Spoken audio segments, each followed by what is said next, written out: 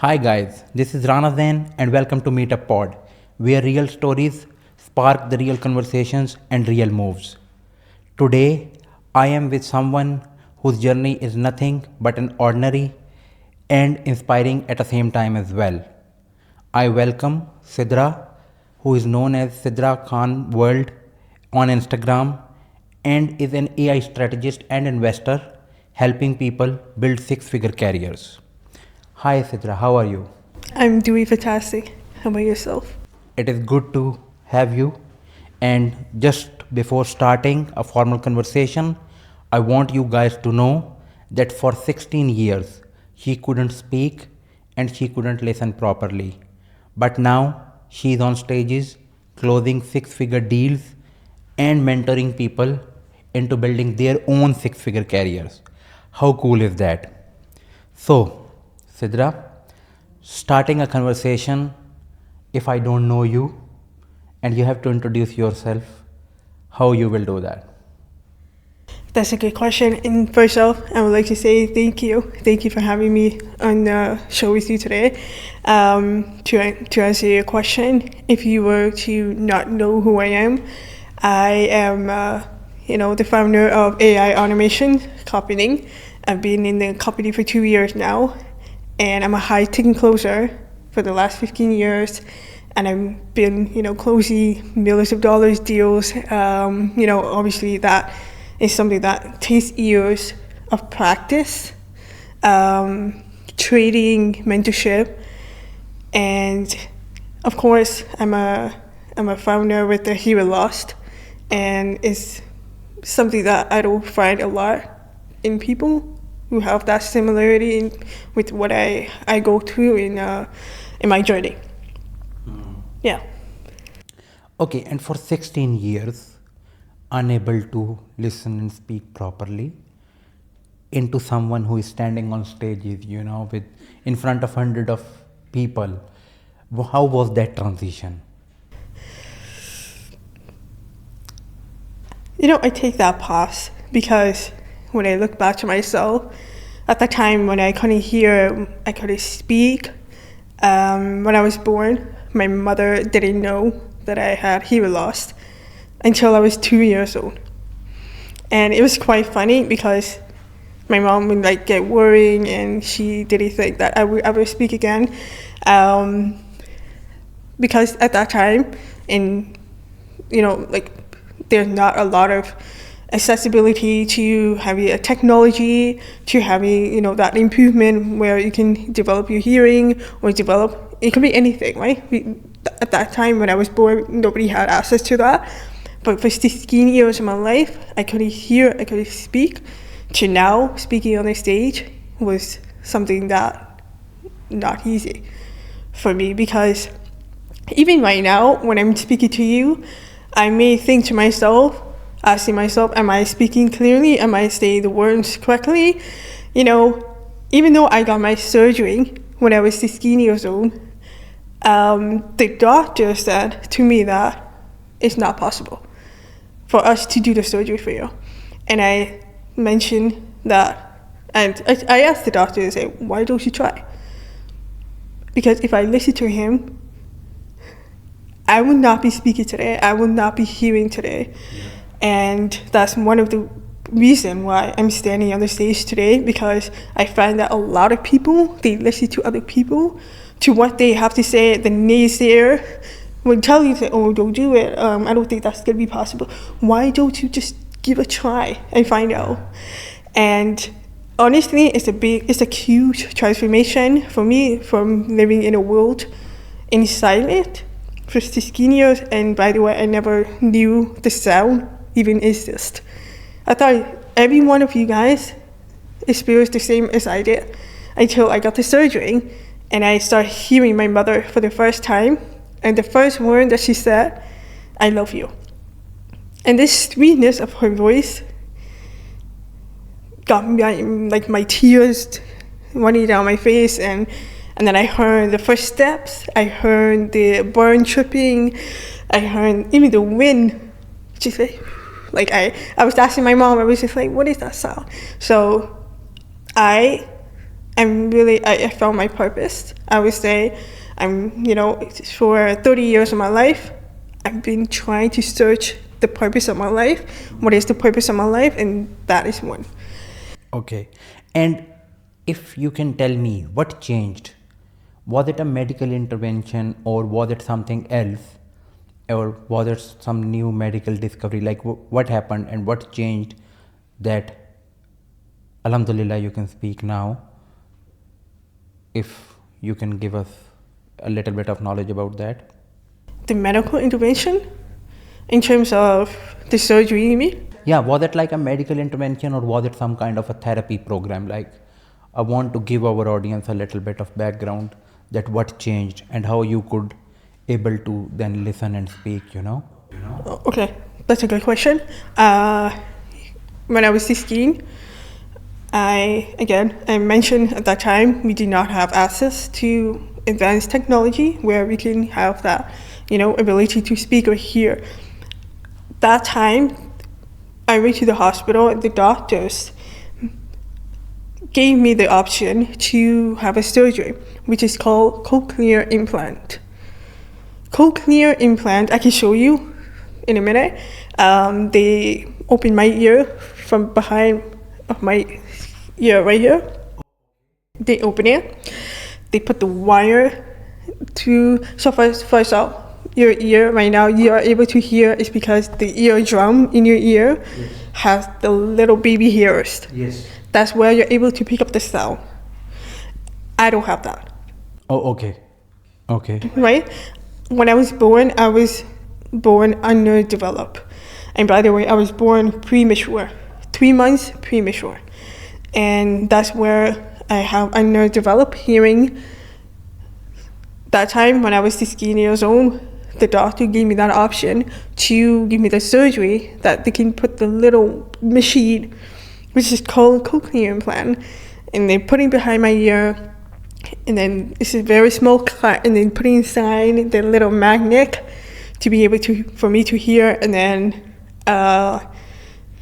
so that's really a small piece of magnetic behind your ear so that it can pick up the sound. It is fascinating to know that, and when you see these things minutely, then people understand, and then we understand as well that look how God has created us and how complex body systems are. So thank you for sharing that with us. Okay, and now I have to ask, because I as a salesperson, I have to ask this, that do you think that in a state of being silence, you understood to read people better, and that is why you are a good salesperson, right? Because I haven't experienced this. I am a self-taught salesperson. I was talking recently at some place and I told them that look, I was a guy who was forced into sales. I was always a management and operations guy, by the way. My background is media management. Some people until today don't believe that I do sales and I do investment management and stuff. And by the way, that is the most difficult sales in the world. Convincing people to give their hard-earned money into investments, that is the most difficult and most complex matter. And I want to understand that, and I have this question for my learning and for audience learning as well. Do you think that this medical condition helped you learn about people and their thought process more, and that is what made you a good salesperson, or how did that happen? I love that question. Very good question. It does make huge difference when you're living in a world of silence or in a world of noise. And I'll be honest with you, from my experiences, living in a world of silence has helped me become a better person in terms of, so how it works when for example, when you see things or when you hear things, you're using your brain actually operates how you're seeing things or you're hearing things. But for me at the time, for 16 years of my life, I couldn't hear, so my brain wouldn't function the majority of time using my vision. And by the way, the majority of us here were visual people. We understand, we pick up things a lot more when we are visual, when we see things. So for me, I would say that my visual has became like it actually brought like 50% more than what you guys actually have. And also not only that, it brought my intuition a lot more stronger. So that's the reason why I am a high-tech closer today, where I'm able to close millions of dollars deals, because I understand people's psychology. And again, if I am surrounding myself with the right people, with the right energy, with the right alignment, then my intuition will not be disturbed. Again, going back to your question, when I was living in a stylish world, I was able to pick up, I study people's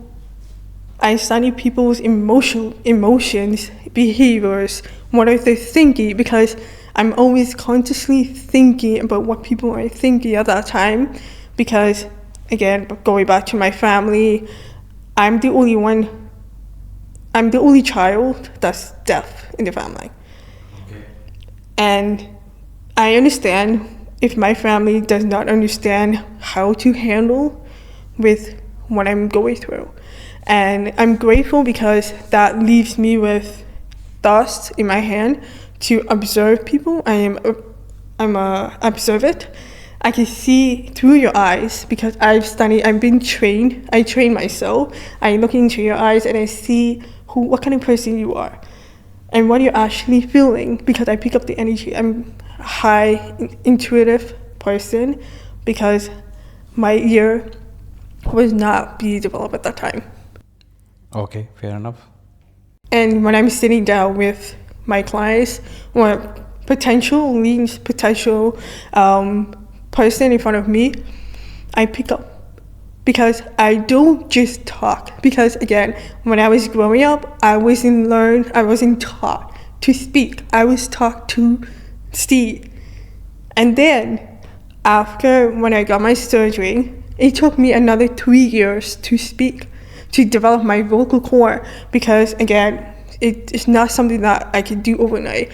So I learned to speak, I learned to pick up the words that, I will, struggle, say, for example, water. I would used to say water, but then I kept saying it and I keep saying it, and then I eventually, somehow, my brain, how it works, basically when I see you speaking to me, and I'm actually not, if that makes sense to you, I'm not listening, but I'm seeing you speak.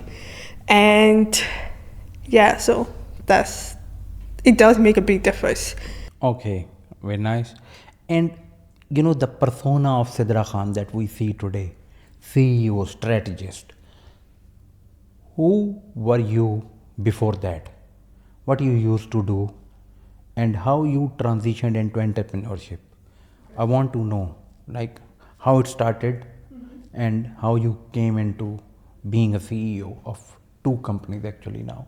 Before me be the founder of my companies and me moving to Dubai, I lived here for 2 months, and the person that I was at the time was someone who was lost, someone who was depressed, didn't have the purpose. And I did have a very interesting journey where I had to learn what life is really about. I went to university. I was in university, trying to make my father happy, taking an MBA degree. I dropped out after a year. And because, again, school is not something that I always believe in. School teach you to memorize, not to monetize. And me as a person, I love making money. There's nothing wrong with making money, by the way. It's the life that you truly believe that you deserve. It's not a school. So I dropped out. I did multiple business. I tried many different journey, figuring out what business should I do. And before AI were to come to the reality that happens after COVID, Yes. right? Yeah.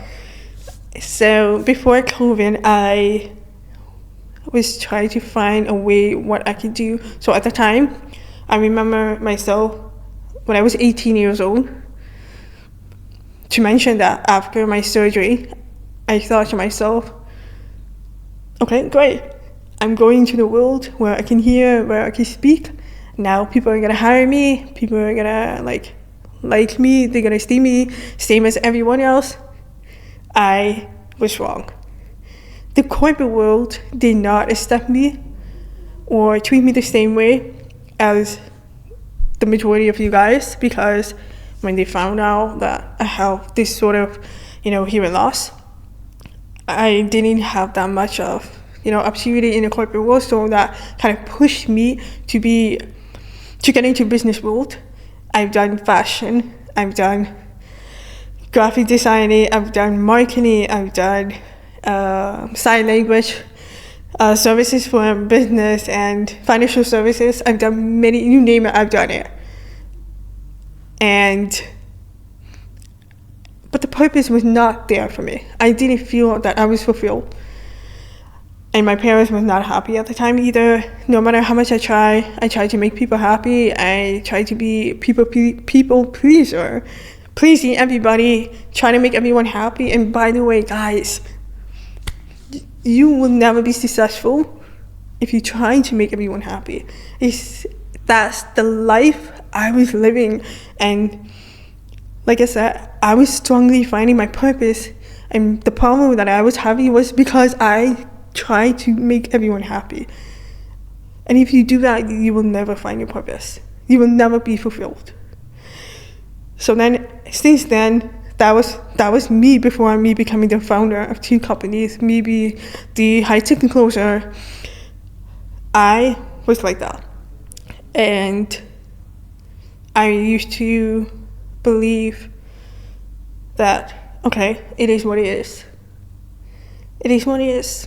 I make my parents happy. I do what I could do. Make money. Money's nothing. I used to think like that. But I was not in alignment with the lifestyle that I wanted for myself. And thankfully, when I was 18 years old, I had a mentor who was, again, not only one mentor. You can have multiple mentors. I started study when I was 18, 19, 20, until now. I'm still study mentors. I study people who are people that have the lifestyle that I want. For example, Bob Proctor. Okay? Daniel G. Jasmine Elizabeth. John Ron, what's his name? But there are many, many mentors that I have been fortunate to study them. And not only that, but I have one of my best mentor, which I will not say the name because it's like private mentor. He has changed my life in terms of reprogramming my mind. Oh, again, yes, Joe Dispenza. Okay. Joe Dispenza is the man who changed my life. Again, you are the reason you are living the life today. It's because of the thoughts that you had 5 years ago. So, believe it or not, 5 years ago, I started reprogramming my mindset. I started journaling. I started the meditation, visualize the lifestyle that I want, the dream life that I truly desire myself. And that's the life, that's where my life has shifted for me. So again, mentors is so important, very important, to help you become the person you are today.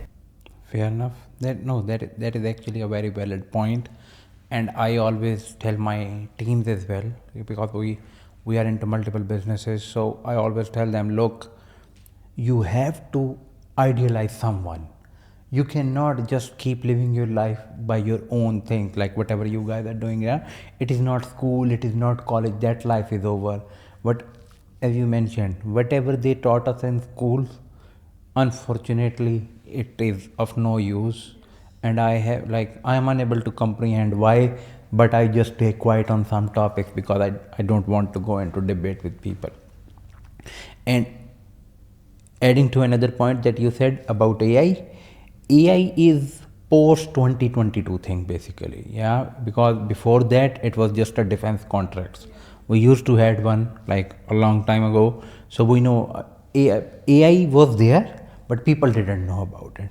Then COVID actually taught people to to learn new skills, and that is how everyone now is doing. Like, and I know multiple companies, they say AI powered business services, and when you go into the details of the business, there will be a manual workforce behind it, right? So it is what it is. It is a world we live in, world of personas and world of fakeness basically. And now I have this question. As you mentioned how you became CEO, but what was the triggering point that you said, I am not going to do job, I am going to do my own thing, and I am going to be the boss of a company, and then you became boss of 2 companies. How did that happen? That's a good question. Yeah, I get that a lot, by the way. I ask nice questions. Before I answer your question, I'm going to say this to you, that my life when there's a transformation in my life was because I had to go through the pain in my life that pushed me to become the person I am today. So this is one of them. The question that you asked me, the story that I have, what it actually brought me to getting into the business, becoming the founder of the company, was because at that time, like I mentioned, when I got my surgery, I thought I can hear, I would get the same opportunities as, the majority of you guys. Didn't happen. There was one time that I applied for a job, which is the bank. And it's a very interesting story because I can speak, I can hear at that time. And I applied for a job. There was this bank that this lady, she had a phone interview with me over the phone. And I can hear her perfectly fine. I can speak. She can even tell that I have the hearing loss. And the interview went well. It was a success. And then she said she will let me know. She will get back to me. So 1 week later, she emailed me. She let me know that congratulations, we've decided to move forward with you. And she gave me a call. And for some reason, I kind of got hyped. I was excited. By the way, that was when I was 18, so I didn't have the maturity at the time to hold myself together. And I got excited and let her know that, oh my God, I'm so grateful that you hired me. And by the way, that was my mistake. I add another point saying that, I'm grateful that you have allowed me to work with you. And then I add my story about where I was born deaf and then I have hearing loss. And this woman decided to change her mind and not to go forward with me just because I said that. Sometimes, okay, I know HR people make weird decisions, but we have to discipline our HR as well, by the way, in multiple businesses. I have no idea how they came to this conclusion. And that is not only surprising, that is shocking basically, because you have made a decision that this candidate is a perfect fit for a job. Why? It's unfortunate, especially in Canada, the discrimination is rising. In terms of disabilities, I wouldn't call it disability because I call it a gift. Anybody, you guys out there call it disability, please stop saying that because it's a gift. It's actually a gift. The reason why I say that is because the hearing loss that I have was the reason why I am a high-ticket closer today. I'm able to close deals, so there's always the reason behind it. And this woman, she said that she would like to move forward with somebody else after I said that. And I remember the feeling. I get chills when I talk about it. I remember my whole body, my heart my soul was shattered. Because I thought I had the opportunity. I thought I would be seen being the same as everyone else. But today I accept that it's okay. It's okay to be different. It's beautiful. Different is beautiful. And that's where my life has actually changed. I made a decision to a point where I said, okay, I don't want to work for anyone because maybe these people in the corporate world will not accept me the way how I would like for them to see me. So I told myself that I made a promise to myself that I will build a company. I will build a business where people don't have to go through the same thing that I did. And, you know, for my podcast, that's another business that I have. It's called Power Has a Voice. Nice. Right? Power has a voice. Because I truly believe that what I have and what I've been going through has a voice. It doesn't mean just because my throat or just because my ears, I didn't have it. But the power that I have within me, by the way. And the reason why I say that was because when I was born, I mentioned to you that I was born premature, 3 months. Not only that, but the doctor told my mom that I wasn't alive. I was born breathless. And the doctor told my mom to give up on me. The doctor told my mother that they would not be able to save me. But thanks to my mother and her prayers, that saved me. And I truly believe that I can use the power. I believe everyone on this planet has a power within themselves. It's only about what you can do and how do you want to use it, how you would like to present that, your power. So for my power has a voice. That is a very good point actually. And that is very deep for people who can understand this line that power has a voice and everyone has a power in this world. How you use it, that is a completely different story. People do silly stuff, people do silly things. We cannot control it, to be honest, right? Yes. You know, normally when people go towards the business where you are paying people, basically you earn at the end as a business owner. So was it scary to go all in and to open a business for you, or was it easier journey for you that okay? I'll be honest with you, it was terrifying. I had fears, I had doubts, I had many triggers, insecurities, because I live in a silent world, and I didn't have a lot of access to the resources where I can actually build a business. It was terrifying for me because, again, at that time when I was starting to learn how to speak or hear, I still live in that fear. Even when I pick up the phone and I see somebody's calling me on the phone, I will be like, oh my God, this is my client. I should pick up the phone, but I would get scared. My family knows this, my friends knows this. When I look at the phone, I would just ignore it because I cannot pick up the phone. I would get fear overcoming my body. And it's terrifying because when it comes to business, you need to have communication skills. You need to be able to talk to people. You need to be able to listen to people. Again, before me becoming a high-tech influencer today, I was afraid. And it's terrifying for me to open a business because I thought to myself, what if it didn't work out? What if I failed? What if all the effort that I've done has completely gone to waste? Of course, I've had those thoughts, but that's where I come back to myself, I reflect to myself and ask myself questions and think deeper where those thoughts are coming from. Okay, that is good to hear. and your story is inspiring, as I mentioned in the start, nothing ordinary about it. Now coming towards your AI business, what you guys do for businesses or for those who hire you? Okay, so And just clarify, is it only B2B that you deal in, or do you do B2C as well? B2B.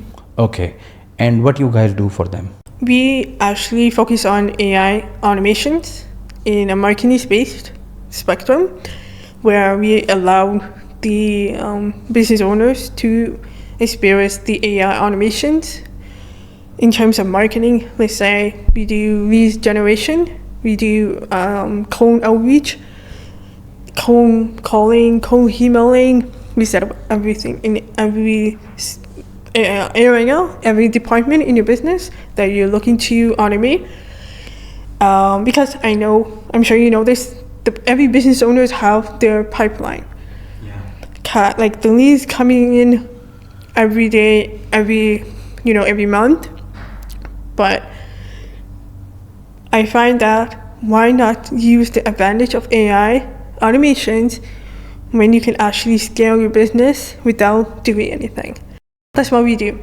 We master the AI marketing where you don't have to worry about marketing and you focus on what you do the best. Right? So that's what we do. Okay, and can you explain me what are the few basic automations that every business owner should have during current times? Like that you think that is mandatory for every business, whatever space they are in, it doesn't matter, but as a business owner they should have these processes automated mandatorily, like there is no ifs and buts about it. Have you heard of Go High Level? Yeah, I love Go High Level. By the way, Go High Level is a basic tool that someone introduced me back in 2023. I talked with Sean Clark, their CEO. I had a detailed discussion. I had back-to-back mentoring with few GHL experts back then. By the way, back then people didn't know about GHL, At that time when we used to go to this support system and like your number will come quickly. Now you have to wait because a lot of people use it. So that is the basis of my business all around. That is something that has defined and redefined our business processes. So yeah, we love Go High Level and we use it on a daily basis. Amazing. That's good that you use and you love Go High Level, because I'm the same here. What I would recommend for every business owners to use Go High Level.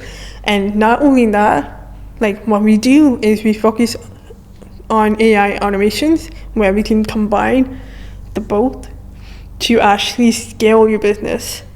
What I would recommend is to use Go High Level and implement the AI automations in terms of CRM, the pipeline, keep it full with your pipeline, guys. Like leads, you may think that you have leads coming to your business, but are you able to keep track with your leads? If you're doing it manually, I'm sorry, but your business will go down. Yeah. If you do everything manually, so I would recommend having the AI automations to take care of your leads generation, starting from cold outreach, which is AI agent doing cold calling, cold emailing, which is fantastic.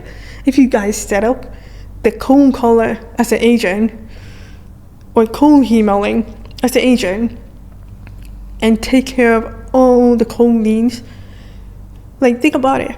It's a numbers game, okay? Think about this. I love this because when my client asks me, how can I scale my business? And I ask them, what's your number? How many leads are you reaching out every day? How many people are getting back to you? If your number are relatively slow, then I'm sorry, but your revenue is not going to go anywhere. So I had an experience in where I've helped this medical spa clinic from UK that were strongly, getting leads and even follow-ups, getting back to them. I actually implement the AI software into the Go High Level where a AI agent will make 10,000 calls per day. 10,000 calls. You might be thinking this is a huge volume, but there's something like that out there, where we have actually created a software. The AI will make 10,000 calls per day and 10,000 emails per day. Okay. That is a very good number, by the way, for outreach. See? So you're saying it's a good number. That's where I come to the play. I ask them questions. What is your number? If your number is too low, then we need to change that. And that's where I come to the play for my clients or the people that are interested to bring their numbers higher. Because for example, when you do 10,000 calls, you only get 5% response. The numbers are very low. So what you do, you bring the volume higher so you can bring that 5% still. Same thing with the cold emailing. 10,000 emails per day, you get 5%, maybe 10%, depending on the skill of your copywriting. Again, I've studied copywriting, and you can definitely scale with your ones, but only if you know what to say in the email. And then you can maybe bump the number to 10%. So that's to answer your question. I would definitely recommend every business owners to go high level with AI automations. Yeah, and by the way, most businesses, I don't know why, most businesses think that lead generation system is lead come in, they are potentially interested, and they have to close on a first 2 calls. It doesn't work like this. Every lead needs at least 5 touch points. For me, at least 5 touch points, and then it can go up to 20 as well sometimes. But you have to stay persistent. You have to show up daily in their reminder as well, in their calendar, that we exist, we are here to serve you if you want. And that is where they get motivated as well, because they can now see that these guys can deliver and these guys can do lead generation for us as well, right? Let's suppose I cannot provide lead generation services to someone if my own business is weak at it, and if I don't have a good closer than good lead generation system myself, right? So I completely agree with you. And now, I have this question I always ask these business owners that I met, especially in AI. And just before going to that, you mentioned UK based business. Do you have business in UK as well? Yes, I do. My business is based globally right now. Okay. So you are registered in multiple entities, or you use one entity to operate globally? Yes, my goal is to expand my business globally. Right now, my business is in the UK, Canada, US, Japan, and Spain. So right now, Spain, I'm still in touch with them to find out how we can open a business. But yes, my goal is to also in Dubai. So I believe that what I have to offer is something that not only a local, but global demand in terms of AI automations. So you can't just reach out to different country and just say that here, this is what I have. You have to find the right niche. So for example, my niche that I'm focusing on right now is medical spa clinics, and that's something I'm focusing on right now globally. So yeah. Okay. And people are scared of AI currently. They are saying it is going to take jobs, it is going to make people suffer. What you would like to say to this comment or this claim, and to people who are thinking this? That's a very good question, because I am someone who have been replaced multiple times, not when AI has come to reality. That was before COVID, before AI, before me dropping out from university. I have learned the hard way that you will be replaced regardless, whether that's AI or not. And people who are terrified right now, thinking about that AI will replace you, you will be replaced regardless. whether that's AI, whether that's somebody else, who may have higher qualification in terms of university experiences, you will be replaced regardless. And from my advice would be, do not be afraid. Because if you are going into the job, if you are going to the market to looking for a job, you will be replaced, whether if not today, but next year, 5 years, 10 years, maybe the day before you retire, you will be replaced. That's the reality, that's the truth. Just remember, prepare yourself when you get into the market, looking for a job, just keep at the back of your head that you will be replaced. That's no question whatsoever. And just for those who think it is very simple, black and white, it is not.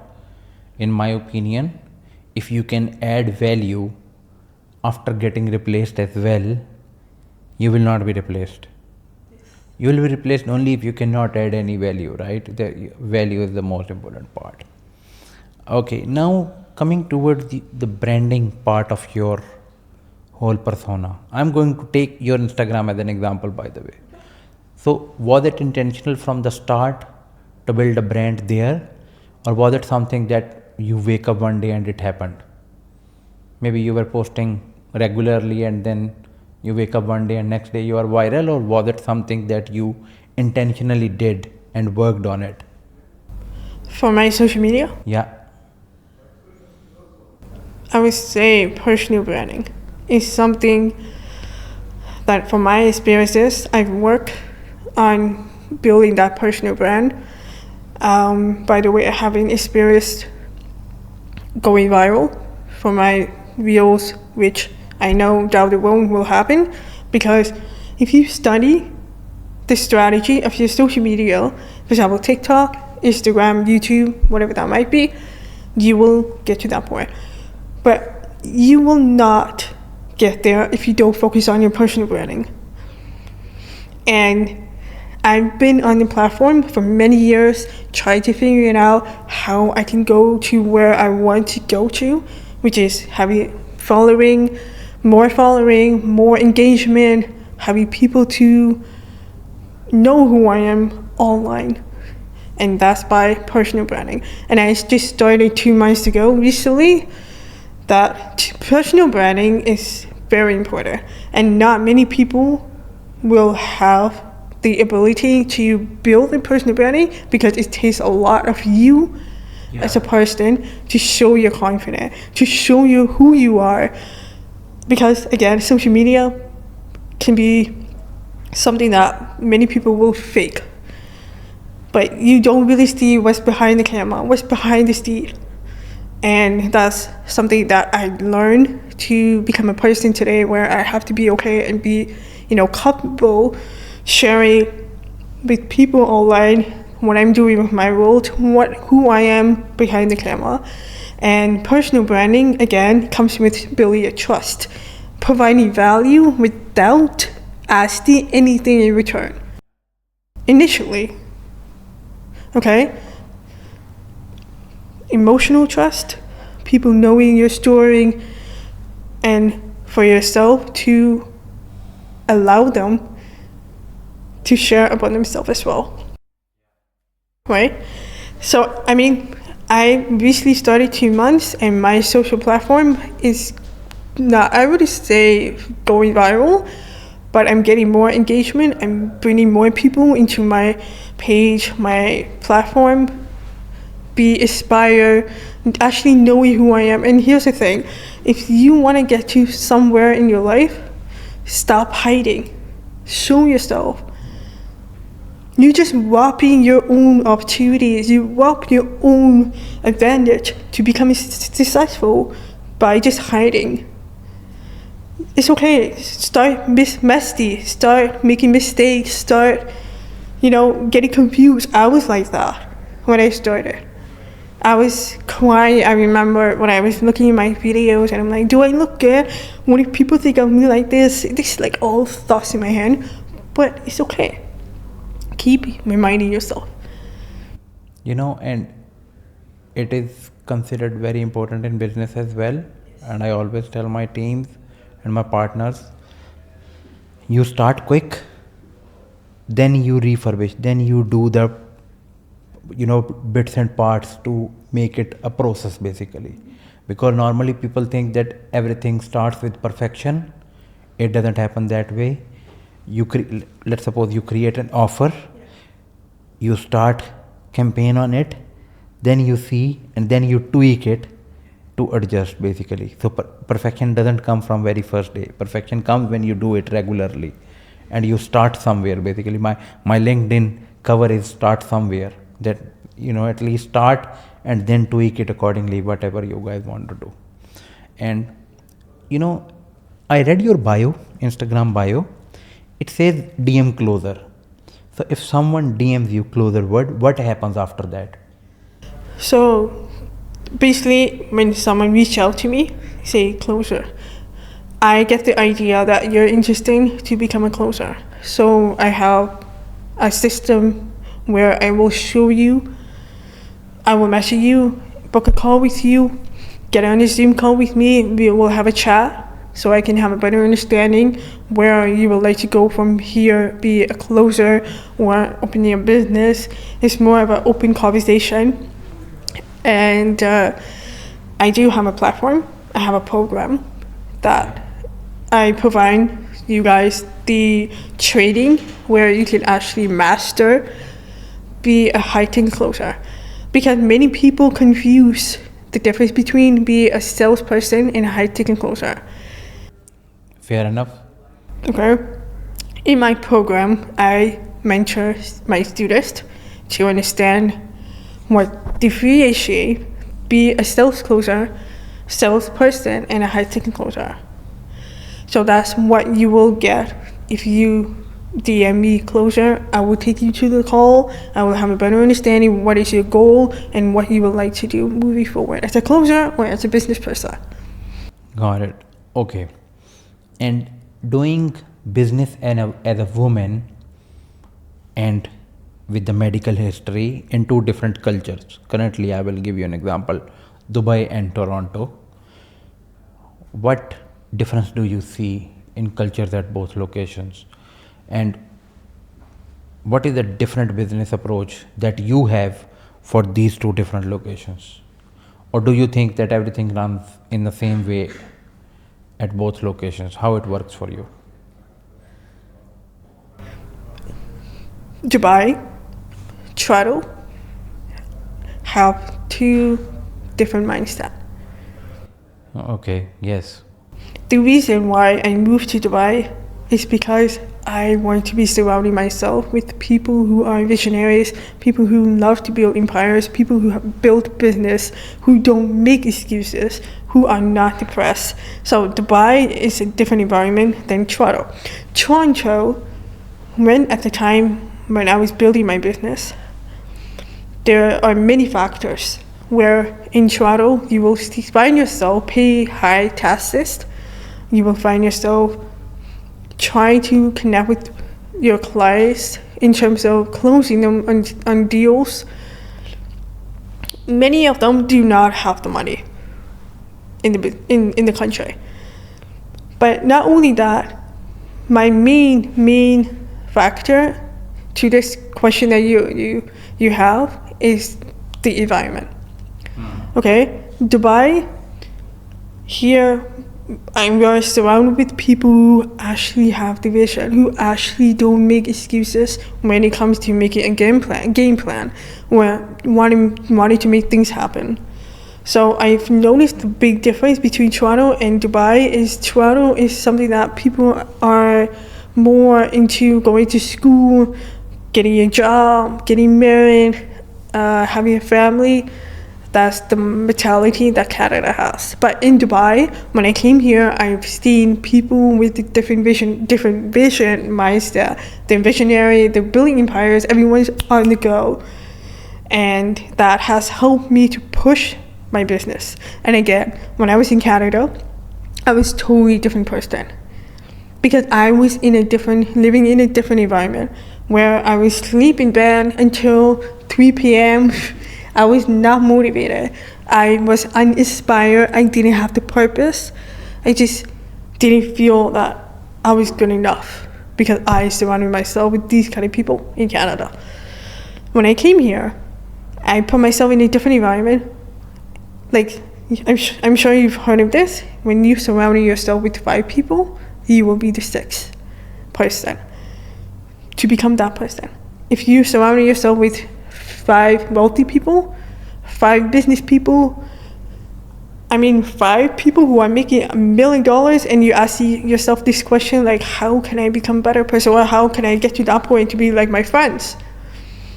Of course, psychology, you will go after what your friends are after, right? So Dubai and Toronto is very 2 different people, 2 different person that I was in Canada and Dubai. Fair enough. And in high-ticket world, as a woman, have you faced resistance? Or do you think that in this field, in high-ticket clothing, there is no discrimination of genders? Which people, by the way, complain a lot in multiple industries. So I'm just taking from other industries and putting a question here. High-ticket world is a male-dominating industry. Okay.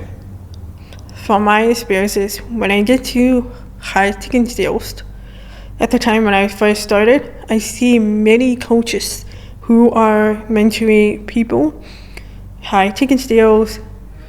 Not only that, but sales as well. It's a male-dominated industry, and I have experience where I find men would get insecure the fact that I'm a woman and I'm a high-ticket closer, and I'm crushing deals over $100,000, $1 million. I find myself that many women. Actually, I've learned that many women nowadays are not really putting themselves into sales industry as a high-ticket closer because they feel that men are competing with women when it comes to sales. And of course, there is going to be discrimination. I wouldn't say discrimination, I would say judgment, I would say entitlement, I would say making labels towards women. Right? Okay, and I was going through your content, and I saw you using word legacy multiple times. What is legacy for you today? For everyone, it has a different meaning to that word, legacy. When I think about it, legacy is something that I would like to live by. Like, for example, right now, what I'm doing, like, let's go back to personal branding. I'm working every day, not for myself, but to build a community, to create that impact for people to actually find their purpose. The legacy, in my definition, in how I think it should be, is by leaving footprint behind when you're no longer here, and continue to build the community, create the impact moving forward. And how you do that is by helping people build something for themselves. Because I learned this from my mentor. He said to me, in order for you to grow, in order for you to become successful, you help others grow. That's the legacy to me, creating impact. And that will continue to pass on forward and forward and forward. So. Very nice, and it is inspiring. I want to do a few, rapid question session with you. It is just something that I wanted to ask you. So I have made a small list. That what is the one deal that changed everything for you? One deal. It happened very recently, last year, before my life transformed. There was this one gentleman who wanted to, by the way, my company, the AI automations, I did have someone who invested into my company. That allowed me to invest into marketing, software, automations, and stuff like that. I closed this man for $800,000 US. That was one deal that I made the first time on the first call with this man to close at $800,000, and that really changed my life from there. And from there, after I moved to Dubai, and because obviously money is something that you need to have in Dubai. Yes. And what is the one book that changed your mindset? Think and Grow Rich. Nice. That is a very nice book, actually. Good choice. And DM or face to face? What do you prefer? DM or face to face? What do you prefer? Face to face. In person. Okay. And what is your one line advice for people who are afraid to sell? My advice for people who are afraid to sell: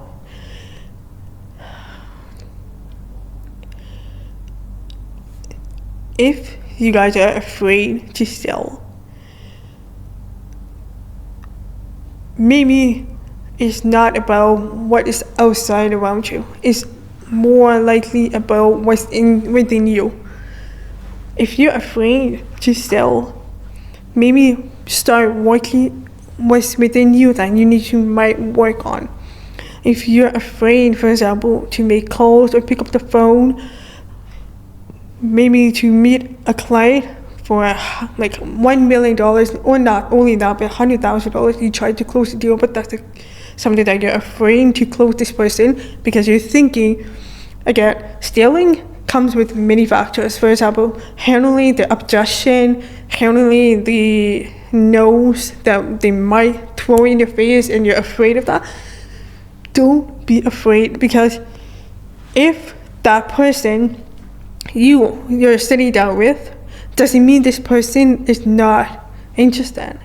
The person is only there because you're sitting with this person. This person actually want to hear from you. So my advice would be, if you're afraid, focus on what's within you and work on that. Like, for example, for me, from my experience, when I was afraid to pick up the phone call, what I did, I start slowly pick up the phone call from my friends, from my family. Even I will not pick up my calls from my family and my friends because I was afraid. So when it comes to selling, you need to focus on what's within you, focus on your confidence, look at yourself in the mirror, and start accepting that it's okay. It's okay if you're not going to close the deal. It's okay if you're not going to have a client today. Start again tomorrow. Keep practicing. Maybe find someone who inspires you. Maybe a salesperson, sales mentor, sales coach. Study that person. Read what this person is all about to become that person. For me, for example, today I'm a high-ticket closer because I actually look up to this person, which is Daniel G. I was nothing like him at that time. I was afraid to sell, but I studied him, and I talk like him, I walk like him, I behave like him, I listen like him. I study this person. And again, it's all about your thoughts. I believe in the law of attraction. I believe in what's inside your body. You're reprogramming yourself. If you're afraid, then maybe you need to work on yourself. Reprogram. Tell yourself, start writing. I am confident that I'm going to meet my client, and I am going to show that I'm confident to close this deal. It's all about reprogramming yourself. And that's how I studied Daniel G, because when I pick up whatever he was doing, I will write down. Yes. Right? I will start practicing with my friends, with clients that I start. Initially, I started messy, and I would embarrass myself at the time. I would stutter. I would ask silly questions. I did not know how to ask questions. I did not know how to listen. at that time. But it's okay. Perfect. Sidra, thank you very much. This conversation was deep, real, and honestly needed. Your journey is a testament that anything is possible. Guys, follow her on Instagram and please make sure that you learn from her content. And I really appreciate you for giving us time from your busy schedule. I know you have been busy, and I really appreciate you coming and sharing insightful thoughts about your life, about your journey with us. And guys, that is all for today. This is Meetup Pod, where conversations are authentic and people are real.